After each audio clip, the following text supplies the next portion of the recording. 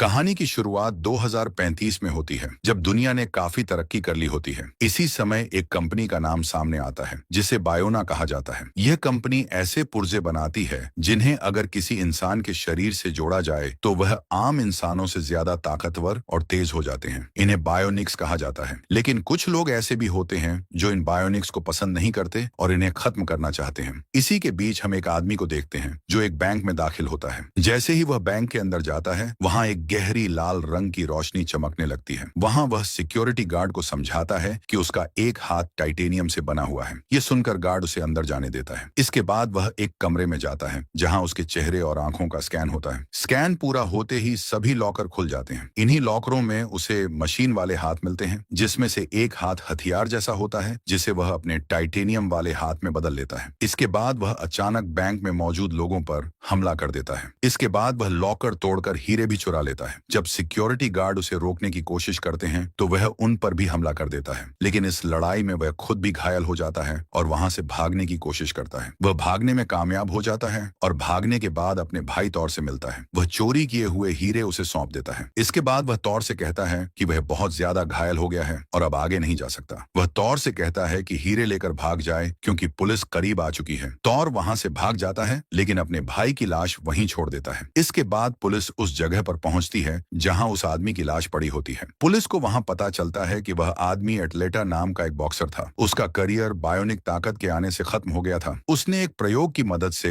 अपने टाइटेनियम वाले हाथ को मशीन वाले हाथ में बदलने की कोशिश की थी, लेकिन सरकार ने उसकी यह मांग ठुकरा दी थी क्योंकि बायोनिक हाथ को चलाने के लिए एक खास चिप की जरूरत थी, जिसे NIM चिप कहा जाता था। यह चिप इंसान के शरीर में लगाई जाती थी। एटलेटा ने यह चिप एक अपाहिज खिलाड़ी की लाश से चुराई थी। वही चिप पुलिस को एटलेटा के सिर के अंदर से मिलती है। दूसरी तरफ हमें एटलेटा के भाई तौर को दिखाया जाता है। वह एक बॉक्सिंग अकादमी में जाता है और वहीं चोरी किए हुए हीरे अपने दोस्तों को दे देता है। इसके बाद एक लड़का तौर के पास आता है जिसका नाम गुस्ताव होता है। वह तौर से उसके गैंग में शामिल होने की बात करता है। इस पर तौर उससे पूछता है कि वह उनके गैंग में क्यों शामिल होना चाहता है। जवाब में गुस्ताव कहता है कि वह मौजूदा हालात से परेशान हो गया है और उन्हें बदलना चाहता है। इसके बाद गुस्ताव हीरों को जांचता है और तौर को उनकी खासियत के बारे में बताता है। वह कहता है कि इन हीरों से हमें $500,000 5 लाख मिल सकते हैं, लेकिन जो लोग इनकी इस काम में मदद कर रहे थे उन्हें $1 मिलियन चाहिए थे। लेकिन तौर को इस बात की कोई फिक्र नहीं थी क्योंकि वह खुद से बायोनिक हाथ और पांव बना सकता था, जैसे उसने अपने भाई एटलेटा के लिए बनाए थे।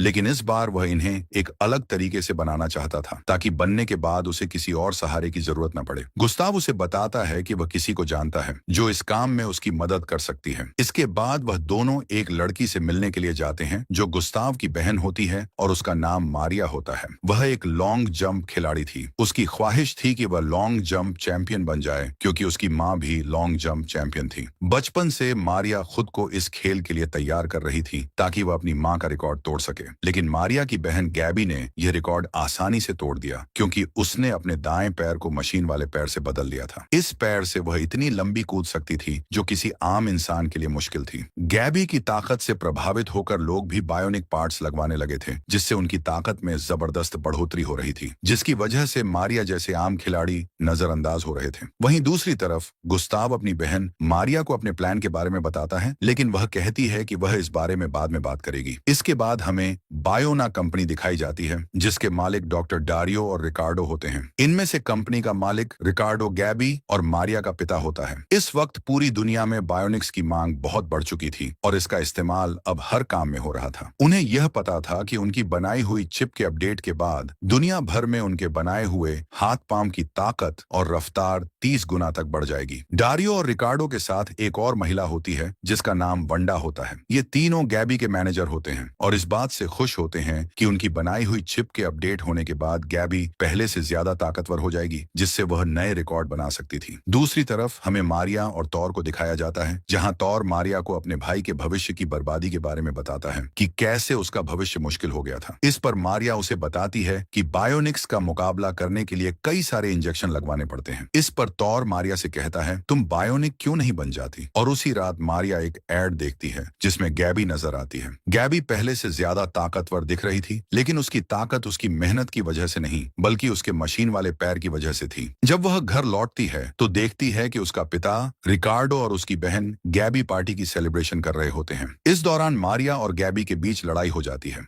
इसके बाद मारिया अपनी बाइक पर बैठकर एक गाना बजाती है जो उसकी माँ हमेशा उसके लिए गाया करती थी और फिर वहां से चली जाती है। लेकिन रास्ते में उसका एक्सीडेंट हो जाता है। इसके बाद वह खुद को एक हॉस्पिटल में पाती है। जब उसकी आंख खुलती है तो वह सामने तौर को देखती है और उसकी फैमिली के बाकी लोग भी उसके पास मौजूद होते हैं। इसी दौरान मारिया को पता चलता है कि उसका एक पैर काट दिया गया है, जिसे देखकर वह जोर जोर से चीखने और चिल्लाने लगती है। जब डॉक्टर और बाकी लोग यह सब देखते हैं तो वे उसे नींद का इंजेक्शन लगा देते हैं। वहीं दूसरी तरफ पुलिस तौर और इसके साथियों की तलाश में होती है, क्योंकि पुलिस को शक है कि वे लोग खिलाड़ियों को बायोनिक बनाने के लिए उनके हाथ पांव कटवा देते हैं। इसके बाद हमें मारिया को दिखाया जाता है जो अपना मोबाइल चेक कर रही होती है। तभी उसे तौर का एक मैसेज मिलता है जिसमें लिखा होता है, मेरा भेजा हुआ तोहफा मिला या नहीं। इस दौरान मारिया गिरने लगती है, लेकिन गैबी उसे संभाल लेती है और उसे चलने के लिए उकसाती है। साथ ही मारिया को तौर का गिफ्ट भी देती है जो एक बॉक्स में मौजूद गुड़िया होती है। उस पर बायोनिक पुर्जे लगे होते हैं जो इस बात की तरफ इशारा करते हैं कि तौर मारिया को बायोनिक पुर्जों की मदद से ताकतवर बनाना चाहता है। इसे देखकर मारिया बहुत खुश हो जाती है। दूसरी तरफ वह NIM चिप उसके सिर में लगाई जाती है। डॉक्टर डारियो मारिया का इलाज करते हैं और सब कुछ बेहतर तरीके से वैसे ही होता है जैसा इन लोगों ने सोचा था। इसके बाद मारिया को रोबोटिक पैर लगाया जाता है, जिसके बाद मारिया की खुशी बहुत बढ़ जाती है क्योंकि अब वह सब कुछ पहले से बेहतर तरीके से कर सकती थी। इसके बाद जब मारिया जंप लगाने की कोशिश करती है तो वह जमीन पर गिर पड़ती है। इसके बाद डॉक्टर डारियो उसे समझाते हैं कि अभी उसकी एनर्जी बहुत कम है और अगर इसका लेवल 0 तक पहुंच गया तो वह कोमा में जा सकती है। लेकिन इसके साथ ही मारिया को यह भी बताते हैं कि उसे अपने आप को चार्ज रखने के लिए कम से कम 12 घंटे सोना होगा। इसके बाद तौर आ जाता है और धीरे धीरे उनके बीच नजदीकी बढ़ने लगती है। इसी दौरान तौर उसे बताता है कि अब बदला लेने का वक्त आ गया है और मारिया भी उसकी बात मान लेती है। लेकिन वह तौर से कहती है कि इस दौरान उन्हें इन सब चीजों से उसके भाई गुस्ताव को दूर रखना होगा। अगले सीन में हमें एक ट्रक दिखाया जाता है जो पैसों से भरा हुआ था। वहीं मारिया और तौर भी दिखाई देते हैं जो इस ट्रक का एक्सीडेंट करवाते हैं। इसकी वजह से ट्रक के अंदर मौजूद ड्राइवर और गार्ड जख्मी हो जाते हैं। इसके बाद तौर एक गार्ड को जान से मार देता है। इसके बाद मारिया डर जाती है और क्योंकि पुलिस करीब आ रही थी वे लोग वहां से पैसे लेकर भाग जाते हैं। इसके बाद मारिया तौर से कहती है कि उसे गार्ड को नहीं मारना चाहिए था। इस पर तौर मारिया को बताता है कि उस गार्ड ने मारिया का चेहरा देख लिया था, जिसकी वजह से उसे मारना जरूरी था। तभी मारिया का भाई गुस्ताव भी वहां आ जाता है, जिसे देखकर मारिया हैरान रह जाती है और कहती है, तुमने वादा किया था कि तुम गुस्ताव को इन सब में शामिल नहीं करोगे। इस पर तौर मारिया को बताता है कि इस सारे मास्टर प्लान के पीछे उसके भाई गुस्ताव का हाथ है। अब तौर और इसके साथियों ने तमाम पैसे इकट्ठे कर लिए थे ताकि वे हैकर्स को दे सकें जो NIM के बारे में उन्हें जानकारी देंगे, और इसके साथ ही उनका मिशन उन लोगों को भी बर्बाद करना था जो भविष्य में बायोनिक बनने वाले थे। मारिया को यह सब बहुत गलत लग रहा था। वह अपने भाई गुस्ताव को लेकर वहां से जाना चाहती थी, लेकिन गुस्ताव उसकी बात नहीं मानता और कहता है कि वह सिस्टम से लड़ेगा। यह सुनकर मारिया वहां से चली जाती है। वहीं दूसरी तरफ पुलिस को पता चल जाता है कि हमला करने वाले लोगों में से एक के पास बायोनिक पैर था। इसके बाद वे मारिया के एक्सीडेंट की वीडियो दोबारा देखते हैं। दूसरी तरफ हमें मारिया को दिखाया जाता है जो अपनी जिंदगी के बारे में परेशान होती है। तभी उसकी बहन गैबी और उसका बाप रिकार्डो आते हैं। रिकार्डो मारिया को यह खबर सुनाता है कि बायोना कंपनी उसे स्पॉन्सर करेगी, जिससे वह भी प्लेयर में शामिल होकर हिस्सा ले सकती है। इस पर मारिया बहुत खुश हो जाती है। अगले सीन में हमें गुस्ताव और पुलिस वाले की बातचीत दिखाई जाती है, जिसमें पुलिस वाला गुस्ताव के हाथ पर तौर से संबंधित टैटू को देख लेता है। वहीं दूसरी तरफ गैबी और मारिया के बीच बहस हो जाती है। जब पुलिस वाला उनके बीच आता है तो मारिया उसे रोबोटिक पैर से धक्का देकर जमीन पर गिरा देती है। इसके बाद मारिया पुलिस वाले को गुस्से से कहती है कि वह अपना काम बेहतर तरीके से करे और वहां से चली जाती है। दूसरी तरफ पुलिस मारिया और उसके एक्सीडेंट के बारे में उसकी फैमिली से बातचीत करती है, लेकिन उनका शक तौर पर जाता है। इस पर गुस्ताव पुलिस वाले पर गुस्से से चिल्लाता है और कहता है कि तौर को इन सब से दूर रखा जाए। इसके बाद गुस्ताव तौर को फोन कॉल पर सब बताता है, जिसे गैबी सुन लेती है और वह इनके बारे में जानकारी इकट्ठी करने में लग जाती है। जैसे ही वह पुलिस को की गई कॉल की रिकॉर्डिंग सुनती है, मारिया की मां का इटालियन सॉन्ग प्ले हो जाता है जो बैकग्राउंड में चल रहा होता है। इस दौरान गैबी को पता चल जाता है कि मारिया ने अपना एक्सीडेंट खुद करवाया था ताकि वह बायोनिक बन सके।